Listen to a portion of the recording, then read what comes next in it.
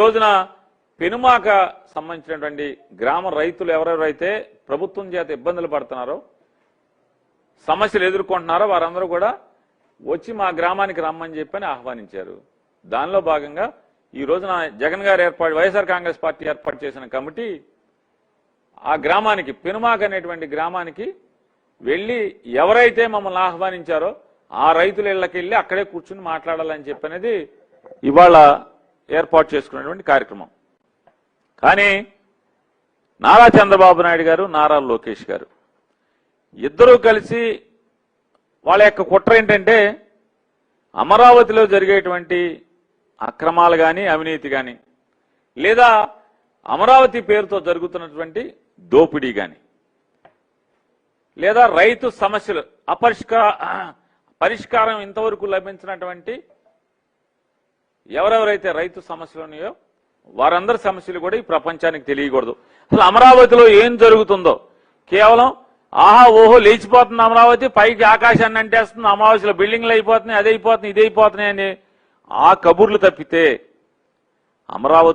అమరావతి పేరు మీద చేస్తున్నటువంటి అప్పులు కానీ అమరావతిలో జరుగుతున్నటువంటి అవినీతి కానీ లేదా రైతు సమస్యలు కానీ ప్రపంచానికి తెలియటానికి వారికి సుతారాము ఇష్టం లేక దాని కుట్రలో భాగంగా ఇవాళ ఉండవల్లి సెంటర్ దారిలో ఉన్నటువంటి పెనుమాకి వెళ్ళేటువంటి దారిలో ఉండవల్లి సెంటర్లో తెలుగుదేశం పార్టీ వాళ్ళని పోగేసి అందులో రైతులు అని చెప్పని రాధాకృష్ణ గారు, రామోజీరావు గారు అబ్బాయి, బిఆర్ నాయుడు గారు వీళ్ళందరూ కూడా వేస్తున్నారు.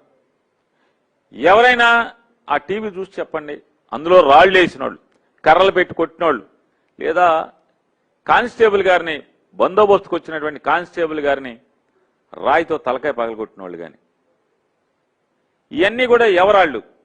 వాళ్ళు పొలం ఉందా, పూలింగ్కి ఇచ్చారా లేదా భూసేకరణకి ఇచ్చారా, అంగీకార పత్రాన్ని ఇచ్చారా? ఇవ్వలేదు కదా. సుమారుగా ఉదయం 7:30-8 గంటల కానించి ఈ పాలకొల్లు సత్యం అని చెప్పని ఆ హోటల్లో కూర్చుని, కృష్ణా హోటల్లో కూర్చుని ఈ పథక రచన చేయటం, వీళ్ళందరినీ గోండాల్ని, రౌడీల్ని లేదా క్వారీల్లో పనిచేసే వాళ్ళని ఇదన్నీ తెలీదా? ఎవరు ఎలా వచ్చారు, ఏ స్థితిలో ఉన్నారు, వాళ్ళ శరీరం ఏ స్థితిలో ఉంది, మామూలుగా అడుగు పడుతుందా లేదా పులి అడుగు పడుతుందా, ఇవన్నీ అన్ని కెమెరాలు ఉన్నాయి కదా. సాధారణంగా మనిషి పులి అడుగులు ఎప్పుడు వేస్తాడు? మనందరికీ తెలిసిందే కదా. సమాజంలో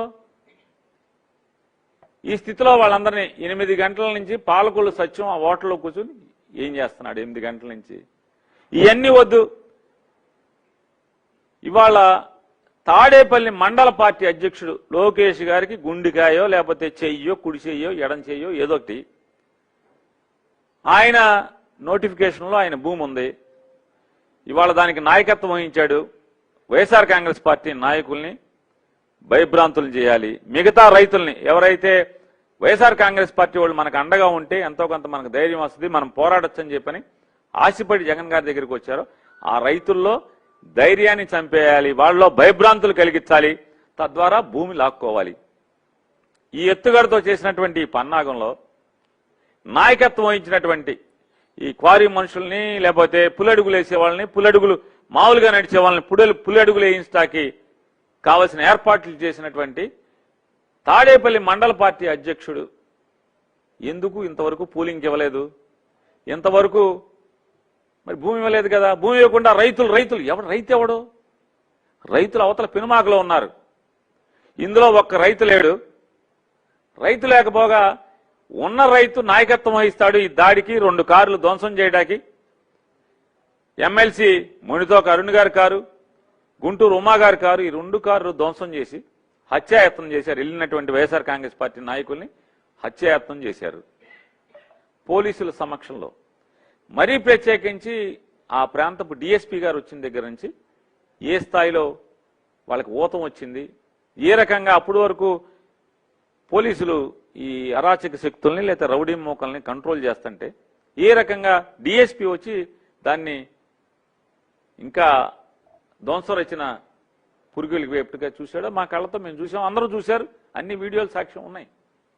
కానిస్టేబుల్ని రాయితో ఇసిరి కొట్టింది కూడా వీడియోలు ఉన్నాయి. ఏది ఎక్కడికి వెళ్ళవు. అది ఇవాళ ఈ తండ్రి కొడుకులు మీరెన్ని తప్పుడు పనులు చేసినా, మీ అవినీతి, మీ దుర్మార్గాలు, లేదా అమరావతి పేరుతో మీరు చేస్తున్నటువంటి అకృత్యాలు, లేదా భూమి అవసరం లేకపోయినప్పుడు కూడా ఇవాళ ఉండవల్లి, పెనుమాక, చుట్టుపక్కల గ్రామాల రైతులందరూ కూడా చెప్తున్నారు దారికి రాజధానికి కావాలని దారి ఇచ్చేస్తామని అని చెప్తున్నారు. కానీ మిగతా భూమి ఎందుకంటే దేనికోసం భూమి? మీరు వ్యాపారం చేసుకుంటాకి, మీరు అమ్ముకుంటాకి తప్పితే దేనికి భూమి?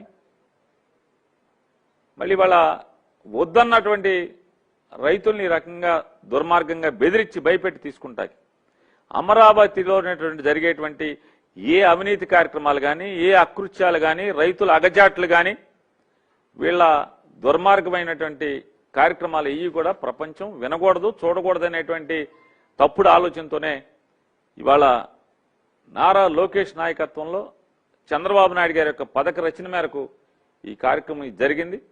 ఖచ్చితంగా మా అందరినీ హత్య చేయడానికి ప్రయత్నం చేసినటువంటి ప్రతి ఒక్కరిని కూడా హత్యాయత్నం కింద కేసు నమోదు చేయాలి. వాహనాలు ధ్వంసం చేసినటువంటి వ్యక్తుల్ని చర్యలు తీసుకోవాలి. అలాగే పోలీసు కానిస్టేబుల్ గారు, హెడ్ కానిస్టేబుల్ గారు, వారు తలకాయ పగిలి అపస్మారక స్థితిలో ఇవాళ సీరియస్ గా ఉన్నటువంటి ఆయన మీద ఎవరైతే దాడి చేశారో వారి మీద కూడా గట్టిగా చర్యలు తీసుకోవాలి అని చెప్పని మేము గట్టిగా వైఎస్ఆర్ కాంగ్రెస్ పార్టీని డిమాండ్ చేస్తున్నాం.